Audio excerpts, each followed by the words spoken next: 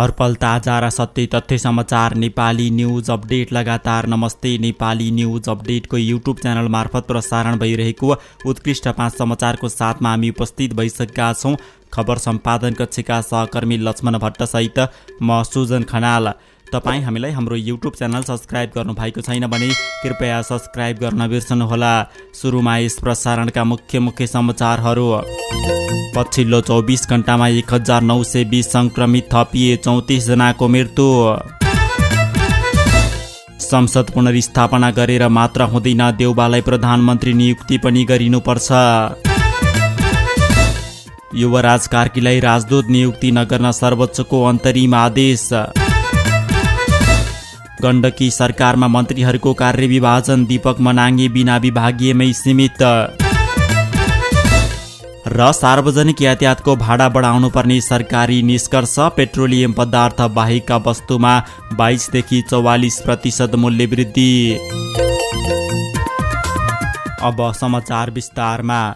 पछिल्लो 24 घण्टामा थप 1920 जनामा कोरोना भाइरस सङ्क्रमित भेटिएका छन्। स्वास्थ्य तथा जनसङ्ख्या मन्त्रालयका अनुसार 6000 जनामा गरिएको PCR परीक्षणमा 1353 र 3836 जनामा गरिएको एन्टिजेन परीक्षणमा 567 जना गरी 1920 जनामा सङ्क्रमण पुष्टि भएको हो। सङ्क्रमित मध्ये काठमाडौँ उपत्यकामा 424 जना रहेका छन्, जसमा काठमाडौँ जिल्लामा 292, ललितपुरमा 100 र भक्तपुरमा 32 जना रहेका छन्। पछिल्लो 24 घण्टामा कोरोना भाइरस सङ्क्रमण मुक्त हुनेको सङ्ख्या 3007 रहेको छ। सङ्क्रमणका कारण 34 जनाको मृत्यु भएको छ। नेपालमा हालसम्म 6,65,777 जनामा कोरोना भाइरस सङ्क्रमण भएकोमा 5,84,334 जना सङ्क्रमण मुक्त भएका छन् भने 9,009 जनाको मृत्यु भएको छ। यता चितवनमा पछिल्लो 24 घण्टामा 39 जनामा कोरोना भाइरस कोभिड-19 सङ्क्रमण पुष्टि भएको छ। स्वास्थ्य कार्यालय चितवनका अनुसार यससँगै चितवनका सक्रिय सङ्क्रमितको सङ्ख्या 1014 पुगेको छ। यस्तै पछिल्लो 24 घण्टामा 49 जना कोरोना भाइरसको सङ्क्रमण मुक्त भएका छन्। अस्पतालबाट डिस्चार्ज हुनेमा 24 जना रहेका छन्। पछिल्लो 24 घण्टामा चितवनमा जिल्ला बाहिरका 2 जनाको मृत्यु भएको छ। मृत्यु हुनेमा रौतहट र तनहुका 1 जना रहेका छन्। प्रतिनिधि सभा विघटन विरुद्धको मुद्दामा आज पनि सर्वोच्च अदालतमा रिट निवेदक पक्षका कानुन व्यवसायीले बहस गरिरहेका छन्। बहसका क्रममा वरिष्ठ अधिवक्ता सतीश कृष्ण खरेलले संसद पुनर्स्थापना गरेर मात्र नपुग्ने भन्दै विपक्षी गठबन्धनका उम्मेद्वार शेरबहादुर देउबालाई प्रधानमन्त्री नियुक्तिको आदेश हुनुपर्ने बताउनु भएको छ। नेपाली काङ्ग्रेसका सभापति देउबाले बहुमत संसदको हस्ताक्षरसहित राष्ट्रपति समक्ष दाबी गरेको उहाँलाई नै प्रधानमन्त्री नियुक्तिको आदेश हुनुपर्ने अधिवक्ता खरेलको माग छ। आदेश जारी गर्दा प्रतिनिधि सभा पुनर्स्थापना गरेर बाँकी सांसदमै हुन्छ भनेर हुँदैन। अहिलेसम्म बहुमत कायम रहेका देउबालाई प्रधानमन्त्री नियुक्तिका आदेश हुनुपर्छ र अनिवार्य छ उहाँले भन्नुभयो, किनकि प्रधानमन्त्री केपी शर्मा ओलीले पटक पटक संवैधानिक दायरा नागिसक्नु भएको छ। धारा 76 को 5 अनुसारको सरकार गठनमा राष्ट्रपतिले आफ्नो संवैधानिक दायित्व पूरा गरेको नदेखिएको भन्दै उहाँले राष्ट्रपतिले पनि आफूलाई सुधार गर्नुपर्ने बताउनुभयो। यस्तै संविधानविद भीमा अर्जुन आचार्यले प्रधानमन्त्री ओलीले संसदमा उपस्थित भएर विश्वासको मत नलिएसम्म अर्को सरकार गठनको प्रक्रिया नै सुरु हुन नसक्ने बताउनु भएको छ। संविधानविद आचार्यले संविधानको धारा 76 को 5 अनुसारको प्रधानमन्त्रीलाई समर्थन गर्दा सांसदहरूलाई कारबाही नहुने पनि बताउनुभयो। उहाँले एउटा कार्यालयमा एउटै व्यक्ति सबै धारा अनुसार प्रधानमन्त्री हुन नमिल्ने बताउनुभयो। सर्वोच्च अदालतले बहराइनको लागि नेपाली राजदूतमा नियुक्तिका लागि सिफारिस भएका युवराज कार्कीको योग्यता नपुगेको भन्दै निर्णय तत्काल कार्यान्वयन नगर्न अन्तरिम आदेश जारी गरेको छ। अधिवक्ता दीपक मिश्रले दायर गरेको रिटमाथि प्रारम्भिक सुनवाई गर्दै न्यायाधीश सपना प्रधान मल्ल र प्रकाश कुमार ढुङ्गानाको संयुक्त इजलासले कार्कीको निर्णय कार्यान्वयन नगर्न भनेको हो। उनलाई वैशाख 25 गते राजदूतमा नियुक्तिका लागि सरकारले सिफारिस गरेको थियो। प्रतिनिधि सभा विघटन भएकाले उनको संसदीय सुनवाई नभई नियुक्तिका तयारी भएका बेला अदालतले रोक लगाएको हो। नेकपा एमालेका केन्द्रीय सदस्य समेत रहेका कार्की पूर्व सामान्य प्रशासन मन्त्री हुन्। गण्डकी प्रदेशका मुख्यमन्त्री कृष्णचन्द्र नेपाली पोखरेलले मन्त्रीहरूको कार्यविभाजन गरेका छन्। मन्त्री परिषदमा रहेका 4 जना मन्त्रीमध्ये 2 जनालाई जिम्मेवारी तोकिएको छ। मुख्यमन्त्री कृष्णचन्द्र नेपाली पोखरेलको सिफारिसमा प्रदेश प्रमुख सीताकुमारी पौडेलले मन्त्रीहरू कुमार खड्का र मधुमाया अधिकारीलाई मन्त्रालय तोकेकी हुन्। नेपाली काङ्ग्रेसबाट मन्त्री बनेका खड्कालाई सामाजिक विकास मन्त्रालय र माओवादी केन्द्रबाट मन्त्री बनेकी अधिकारीलाई स्वास्थ्य तथा जनसङ्ख्या मन्त्रीको जिम्मेवारी दिएको छ। राजीव गुरुङ, दीपक मना मनाङेलाई भने कुनै पनि जिम्मेवारी दिएको छैन। उनी बिना विभागीयमै सीमित रहेका छन्। मनाङे युवा तथा खेलकुद मन्त्रालयको जिम्मेवारी दिन खोज्दा अस्वीकार गरेका छन्। उनले अर्थ मन्त्रालय वा भौतिक पूर्वाधार शहरी विकास तथा यातायात व्यवस्था मन्त्रालयमा दाबी गरेका छन्। त्यस्तै जसपाबाट मन्त्री बनेका हरिशरण आचार्य पनि बिना विभागीय नै छन्। गत जेठ 29 गते मुख्यमन्त्री नियुक्त पोखरेलले 4 मन्त्री नियुक्त गरे पनि सत्ता साझेदार दलहरू बीच सहमति नहुँदा उनीहरूको मन्त्रालय तोकिएको थिएन।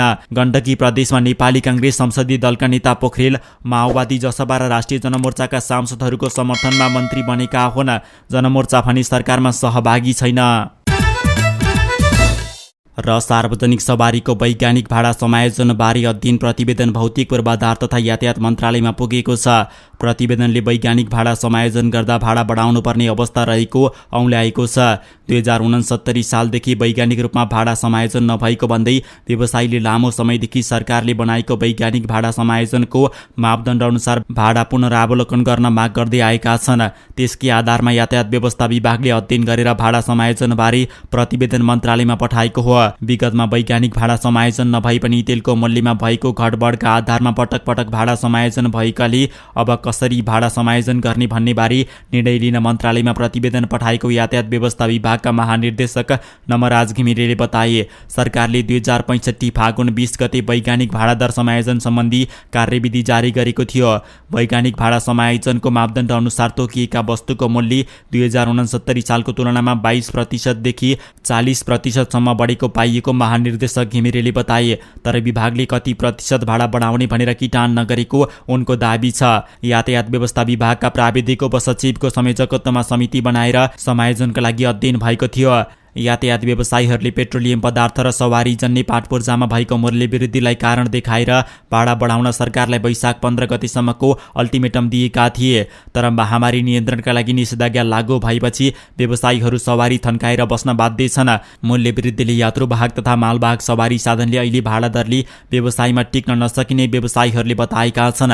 नेपाल यातायात व्यवसायी राष्ट्रिय महासङ्घले गत माघ 29 गति नै विज्ञप्ति जारी गरेर र चैत्र 5 गति भौतिक पूर्वाधार तथा यातायात मन्त्री वसन्त नेमाङले ज्ञापन पत्र बुझाएर भाडा नबढाई आफूहरू सवारी साधन थन्क्याउन बाध्य हुने बताएका थिए। वैज्ञानिक भाडा समायोजनको कार्यविधि अनुसार गाडी भाडामा पेट्रोलियम पदार्थको 35% र बिमा कर बैंक ब्याज पाटपूर्जा टायर लुब्रिकेसन लगायतका अन्य सामग्रीमा भएको मूल्य वृद्धिको 65% योगदान रहने अङ्कभार तय छ।